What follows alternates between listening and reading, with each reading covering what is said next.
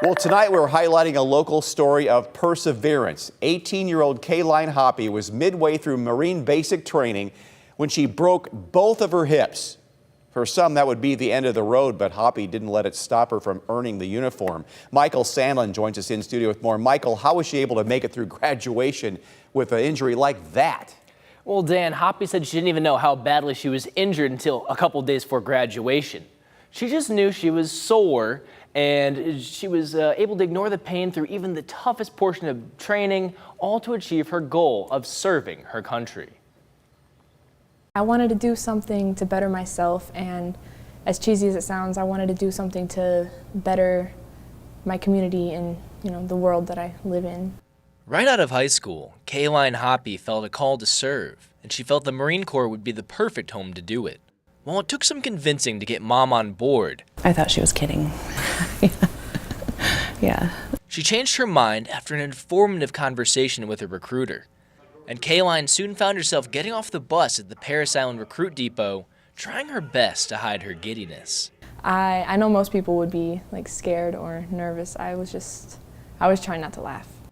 For the first few weeks, Kaline grew accustomed to a life of runs, push-ups, and long hikes, making sure to take the time to write a letter home. This is my box of letters. I didn't get a letter every day, but I did get a letter every day in an envelope. So I have a letter from every day, even if it was just a little bit. But one thing Kaline didn't mention in those letters was an accident that happened during one of their hikes back from the range. I don't exactly remember feeling it. I just remember pain afterwards. While she didn't know it at the time, Kaline had fractured both of her hips and her pelvis, leaving her in extreme pain throughout the rest of basic training. But she didn't intend to let it stop her. Despite all the medical that was there for me, I decided to push through.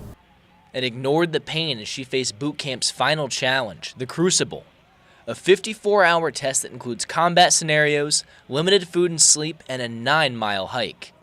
While Kaline says her broken bones were screaming at her in the final miles, the sense of accomplishment she felt at graduation made up for it. I wasn't able to walk with them on the parade deck, but I got to sit and watch my sisters graduate, and it was one of the best feelings ever.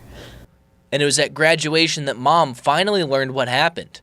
While she says at first she was terrified to learn her daughter had been hurt, learning what Kaline overcame to get to that parade deck has changed the way she looks at her forever. She's my hero, and she is a role model, and she is the strongest person I know.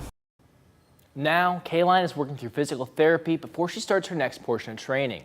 She'll be clear to shoot as soon as she can run 3 miles in under 30 minutes again. After that, she'll head down to Florida to specialize in aviation. And she says she's excited to start a long and fruitful career with the Corps. Reporting in studio, I'm Michael Sandlin of WTOL 11. Semper Fi, Kaline.